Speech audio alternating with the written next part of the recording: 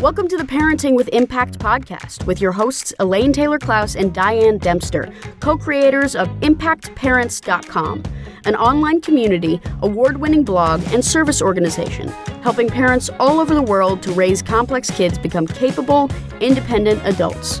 Elaine and Diane are certified coaches with personal experience raising children with challenges such as ADHD, anxiety, and more, and extensive experience in guiding parents to raise their complex kids with confidence and calm. On the podcast, Elaine and Diane interview experts, bringing you cutting-edge information about your child's challenges, teach you real-life strategies to create lasting change, and demonstrate how coaching can guide you to parent your complex kids, one conversation at a time. For the essentials of Elaine and Diane's coach approach to parenting, download a free tip sheet at impactparents.com/podcast. Welcome back, everybody, to another episode in the Parenting with Impact podcast. I am really excited to have a conversation today with Juli Henderson. I want to welcome you, Juli, to the show. Thank you for being here. Thank you so much for having me. My pleasure. So the reason Juli's here, everyone, is because Juli's team reached out to us and if she could be included in the podcast. And when I started reading about her and reading her bio, I said, yes, please, let's have a conversation about what it means to raise medically fragile kids. And, we don't talk about this a lot in our realm because a lot of us are dealing with kids who may not be neurotypical, but who are on some level developing normally and are most likely to make it to adulthood in some capacity. Whether they're, functioning well as adults is a whole other story. We've got multiple kids between us. We understand that, right? But sometimes when we're parenting, we get gifted with a super complex child, and it changes the playing field in a lot of ways. And I had one child such as this that got me on this journey, who was what I finally figured out was the concept of medically fragile. There was just a lot of medical issues in addition to neurological issues going on. And that pales by comparison to the child that Juli was gifted with raising and seeing through his life. So I wanted to have a really honest conversation about raising medically fragile kids. So Juli, thank you for reaching out. Thank you for being here. And thank you for what you're doing in the world to raise this awareness to this issue and provide a vehicle for other parents to find support. Well, thank you. I have not had the training as you have had with your organization. And so sometimes I feel like, okay, what do I have to offer in this medically fragile area? My degree is music, and my husband is a physician, but he's an adult physician and deals with pulmonary and critical care kids and adults. I say kids because as they age out at 21 and are still medically fragile, I still call them kids, even though they're... Yeah. Well, once you've gotten to a point where you got a grandbaby in your life, everybody's a kid. Right? Hello, that's right. 9 months, baby. I'm a grandma, and I'm claiming it every way. So our story is pretty typical of families with really rare disease children. I sometimes laugh because people ask me, well, did he have autism? Did he have other neurological disabilities? And I say, yes, he did, but it was like number 10, 11, 12 on our list. I was going to say, but that is not important. I have all the things that you have to deal with, or we had, but ours mainly was, how do we keep him alive? And, this is going to be a deep conversation between us, Elaine, because it is a really small, intimate group that have their child's disease listed on the rare disease nationally on their database. And when you see that, it's very hard to comprehend how to navigate that. So let me back up a little bit and tell you about Robert. So Robert had mitochondrial disease, is that right? Yes. Mitochondrial disease, which is for a lot of people a new term. It's basically his body could not produce the energy that was needed to support all of his systems. I'll say it like that. Okay. And so he was always running out of gas. Yeah, running out of gas, which then caused a lot of neurological issues. So he is the baby of 5, and he is a twin. So we have 4 other kids, and they're all not on any kind of spectrum other than, they get to be the wonderful sibling to Robert, which I think is, a really cool path to be on because they make incredible adults. They're very compassionate. But Robert basically was born, had a little breathing problems in the beginning. Because he was a twin, we were comparing him all the time to his very smart sister, who was always a little bit ahead. And so when we had reached about 2.5, 3, it was a little bit behind in speech, really didn't notice that much. Like, okay, let's get a speech therapist. Easter seals came in. We're going to, all the things that everybody knows who's in this group. And it starts so slowly is what you're saying. Yes. And, most people understand a delay in speech. That is, okay, he has delay in speech. We're going to get some speech therapy. What happened after that was he had a big seizure, very large. Now we call it generalized seizures, not a grand mal seizure. And I'd never seen one before, Elaine. It was shocking to me. I was driving down the highway, and all of a sudden I look in the rear view, and he's doing this incredible movement in rhythm that I had never seen before. Wow. I didn't even know seizure should look like, but I recognized it right away. Okay, this is not real. This is not happening in my car. It's a seizure. It's like, that's not normal. Was he still in a car seat? He's still in a car seat. And the only looked in the mirror was because his twin sister, Victoria, made a noise like, something. She was saying something like something's wrong here. And I think that's also the beauty of twins. They understand each other. Yeah. So fast forward a little bit more, went through the EEG testing, all the neurological testing, had great physicians and medical teams throughout his years. But that started us on a journey that I advise most parents when a child has a seizure at first, don't get on the internet and Google every seizure you can find. Just don't do it. I can imagine. To your stomach, and every time a doctor announces or gives you input about what they think it might be, don't get on the internet trying to research all of that, because it might be that, it might not be that, but until you know clearly, say with genetic testing, it can be a heartache for you. And that's some of the self-care I learned. Don't do that. Know enough to have a conversation. Well, and I can echo that in the realm of neurology, because I had a kid who a lot of the behavioral issues showed up emotionally. And so there are books behind me on bipolar, on schizophrenia, on, all kinds of, like, a full range of neurological diseases that I should not have been reading about when they were 6 and 8 years old. Yeah, it actually made me sick to my stomach. I just went, okay, I can't spend hours on the internet Googling every rare disease that has a seizure component. So as we move forward, it became clear that he was going to be more complex. He started to have multiple seizures a day, ended up being hundreds of seizures a day. The really wonderful thing about Robert's life was that my husband was in the military at that time. And so we had really good care in San Antonio, is where I am. And his medical team, the neurologists, the nurses, therapists, everyone just gathered around Robert like they do every patient and just gave us support. Yeah. This is what they would say, neurologists in particular. We don't know what it is yet, but we're going to treat it as this because it is bad, but we just don't have a name for it yet. And so I just adore to this day. She said, we're going to call it Robert's disease, and we're going to treat it like this. So even before we could get the genetic testing, the muscle biopsy for him, she treated it as if it was a mitochondrial disease. And I really believe that saved his life in as far as having more time with him at our house. Yeah. So she treated it as if that. And then we were able to get the skin biopsy and the muscle biopsy that then, diagnosed him with the mitochondrial disease and several other things. So let's stop here for a second, because, your story is bringing me all these flashbacks, right? And what I'm remembering is the years of, I remember writing a piece early on about what it means to live with an inconclusive diagnosis, right? When you don't know what's going on. When everybody's telling you, well, I think it's this, and I think it's that, and I think it's the other thing, and you've got 20 million possibilities, and you're the parent, and you don't know any of it, except for that, nobody's figured it out yet. Right. Well, and also because my husband's a physician, there was that hope in both of us that we could fix it. We can fix it.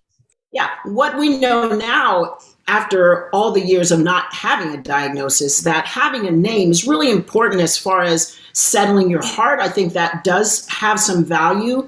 Mm-hmm. It doesn't necessarily change the progression of the disease, but it does give you a piece. There's a name. And to me, when the name is, like I said, on the NORD, the National Organization of Rare Disease database, you get to say, this child has this. It's in a database.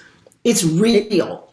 Right. Now we know what we've got. Now we can begin to figure out how we do something about it, even if you can't fix it. But when you don't know, you're in this lost place as a parent. Like you feel like you should know something. There's no way you should know. Right. No. And there's that whole instinct. road.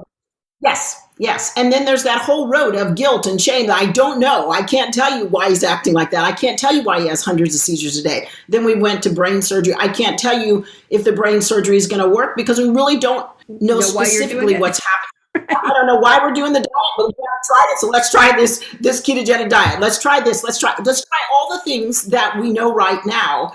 And I think that is good. But when you get the name of a diagnosis, it changes how you then, I think, look at your gift, your child. You look at it differently. And so when that happened and we were able to do that, we had him for 10 more years in our home. So he passed away in 2015 at 18 years old. And that last 10 years was a gift. We should not have had him past 2.5, 3 years. I mean, there wasn't a reason. Yeah. So, there are a lot of different treatments, but well, as I hear what you're saying, what I'm remembering, and our stories that's where they diverge, right? So my kid was diagnosed around 10 years, around 8, right?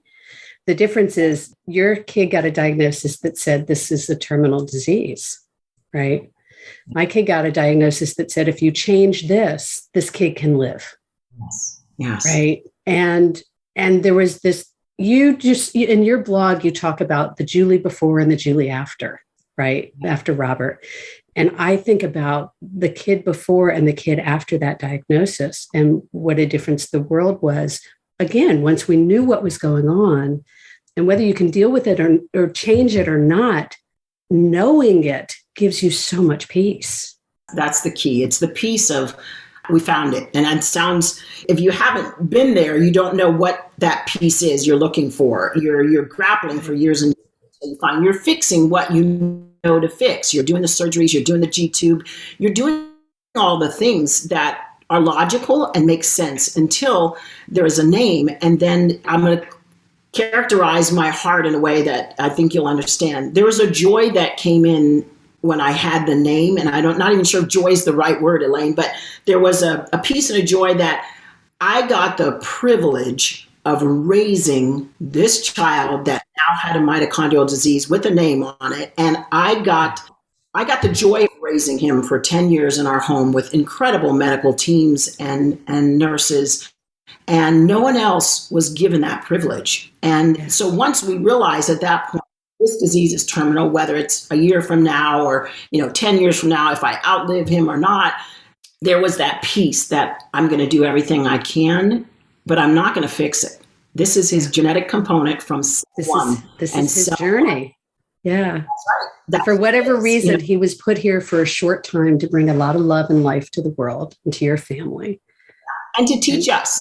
Yeah. I think that's part of it. We think we're teaching them all the time, and they're actually teaching us. Our oldest daughter sent me an article a few weeks ago about Native American community and how the Native American community, in some communities, a child that has Down syndrome or has a disability, they look upon the child as if the child is a gift to the community and they were put here specifically to teach us something rather than the child's disabled, we're going to teach them. It was such a beautiful article just talking about our perspective on how we treat those with a disability. And it really reminded me of how I felt the last 10 years of his life, that there was joy because Robert was Robert. And it was pretty special. Well, that's the thing, right? When you stop trying to fix it. So I was having a conversation in another podcast episode with Diane about, so my theory is parenting is damage control.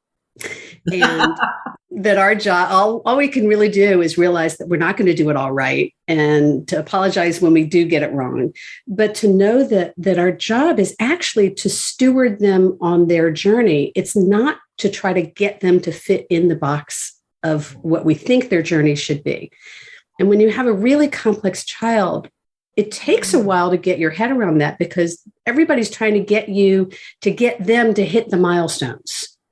Right. Check it off. Inclusion, the child needs to be in the regular classroom. Yeah. All the things. And I think I think that's necessary for us to keep advocating and keep fighting. That's our heart. It's like, okay, I'm gonna do as much as I can, until I there's that realization that I am doing as much as I can. This is all my precious Robert can do. And then I had to accept that. When he got diagnosed, I wrote a blog for tomorrow. I think it's coming out tomorrow. It's about when I finally accepted that Robert was ID, or back then we said, he was mentally retarded, which I don't use that phrase ever again, but we used that then. He was MR. Yeah. That's right. When ID is intellectually disabled, right? Right. So I finally accepted that labeling of him and realized that it was a gift, that he would get the medical care he needed because of that diagnosis. He would also be able to be in our home and be cared for differently than if I was going to send him to school every day. There are a lot of things that happen. It gave you permission to set expectations that were appropriate to him. And I think as parents, we get caught up in trying to fulfill everybody else's expectations of us as parents, of our kids, as their behaviors. And when we stop all that, we just meet them where they are, wherever they are. It's the greatest gift to them and to us, isn't it?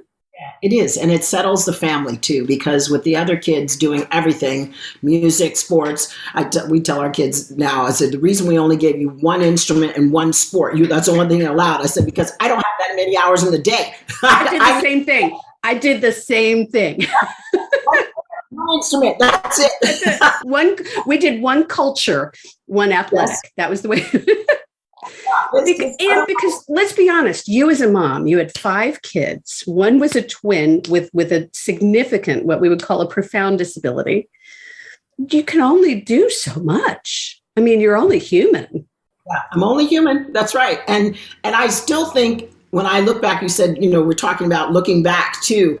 There's no way I could have done that if I was writing down everything I was doing every day. I watched one of the podcasts and talked about the exercise of writing down all the things. And I was also interested in the one you did during the holidays about people's expectations, family gatherings, and all of the holidays and all the things. And one of the things that used to always bother me was that I was around family members who really didn't know what was going on. And I always had that burden of, should I tell them what I'm really going through, or my church friends or my girlfriend? Should I really let them in on how difficult this is? And I decided most of the time, no, because they're learning now that, through the blog that, I didn't realize you were going through that. And I said, I couldn't share it. I wasn't ready to share it. And I didn't know who could handle it. Right. So you're protecting them too. Right. You're taking care of everybody and the kids and all your friends. Yeah. And bless Chris's heart, my husband, he'd be deployed, for months at a time, and he'd come back and, things would drastically, Robert. Yeah. We don't even want to go there. Military families get it. It's something you do. You're a military wife, and I was a military dependent growing up. So you do it. At least in that community, you do have support structures. Even if they don't know why they're helping, they're still willing to help. Yes, and our neurologist was in the military. She got out of the military, and we still went to see her when she was out of the military, because she followed Robert's life so incredibly well. That's nice. So what do you want? Because believe it or not, we're going to start wrapping this up in a little bit. And I know it seems like we just started talking, and there's so much we could go to. But if you could sort of say, what do you want parents of kids, of complex kids, like of kids with medically fragile conditions, what do you want them to understand better? What do you feel like it would help them to hear, that if they could hear from you now with the hindsight from your story? The greatest sentence that was given to me was through my mom. My mom asked a friend of hers who was for a child in her home with a disability. She said, "What should Julie know?" And this was really early on. And she said, "Tell her to pace herself." Yeah. And I said, "What?" And she said, "Just tell her to pace herself." Love it.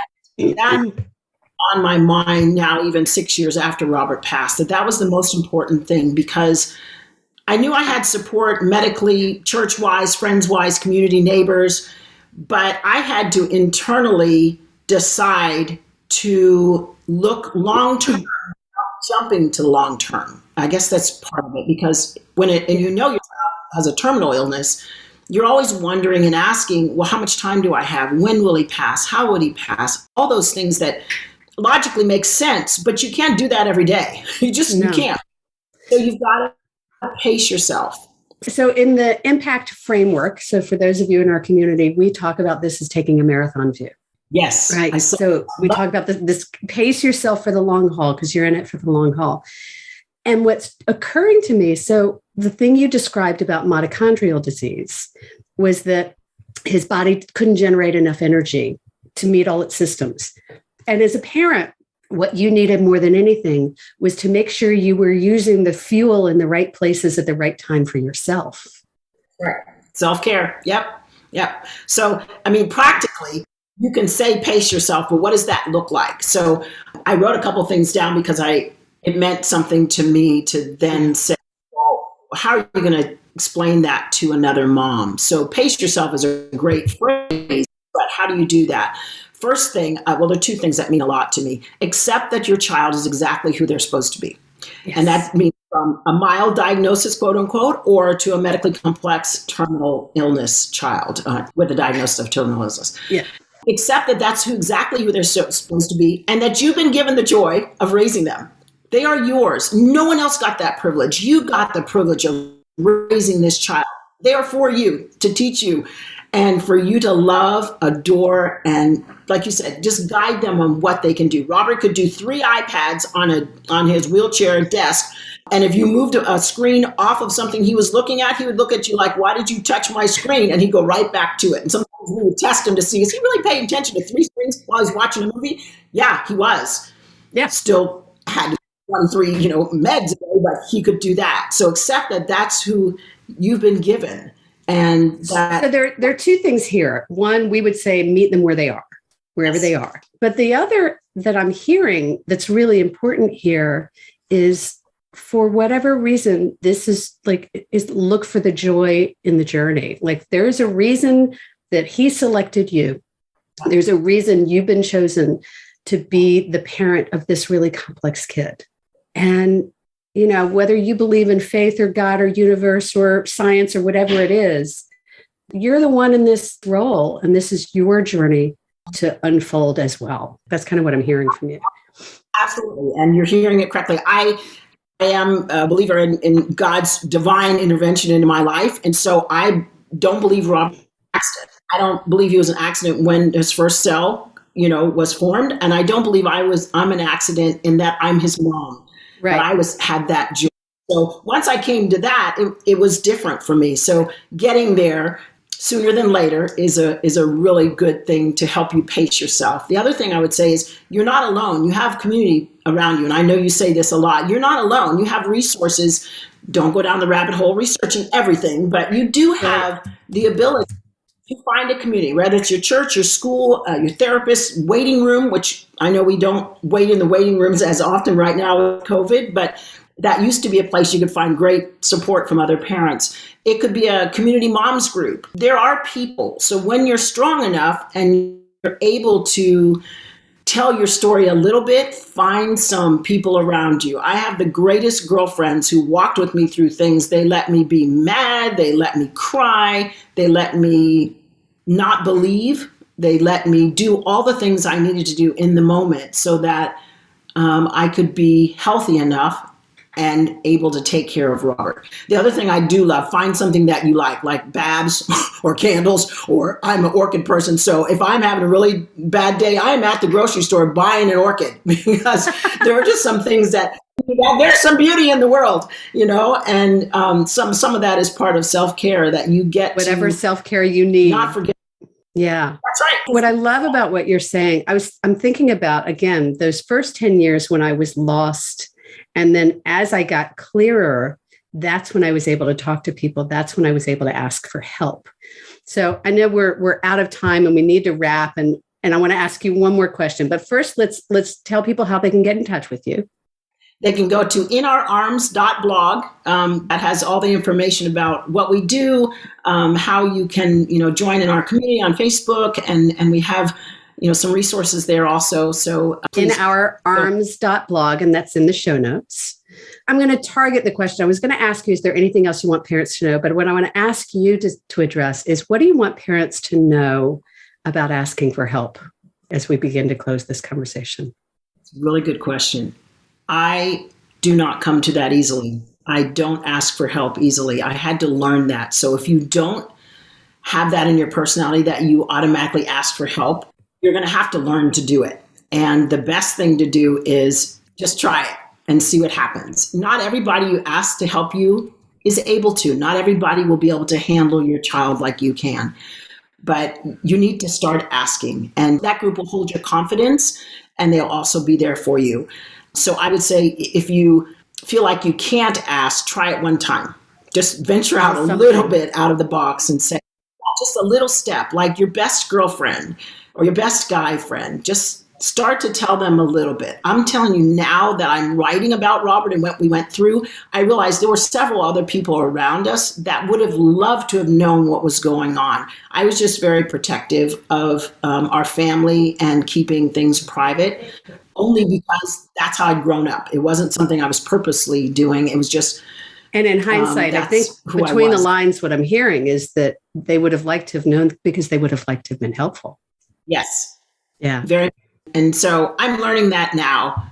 And I appreciate that they are that vocal with me right now and saying, hey, we didn't know this. Why didn't you tell us? And I tell them now, I wasn't able to. I wasn't strong enough. Right. So that's the other thing, is we really want to encourage you to ask for help. And if you struggle with it, we understand that. And, take it in little bits, and know that just because you ask for the help you want doesn't mean you're always going to get it. But if you get into that habit of asking, because in some ways that's a kind of self-care. It is self-care. Absolutely. I could have used extra help, and I had some girlfriends that, showed up and did my laundry because I was sitting on the couch, or someone brought us a meal. They just knew to come help even when I didn't ask. So that happens too, and just accept it. Yeah. So Julie, it's been so good having this conversation. I'm sorry that we have to close, and I'm so glad that you're with me and that we've been able to have this. As you know, because I know you listen to the podcast, as we close, we like to ask our guests for a fun wrap, right? Is there a favorite quote or motto that you'd like to share with everyone? Yes. And I'll say, this seems totally out of character because I'm a voice teacher. I equate some things in a movie to a quote that I have. So Chariots of Fire is a movie that I just love. And one Fabulous of the... I rewatched it on an airplane recently. Yeah. Okay. In that movie, the quote is, when I run, I feel his pleasure. Remember that quote? And so he is talking about that. I tell my voice students, I adapted that saying to two things. When I sing, I feel his pleasure.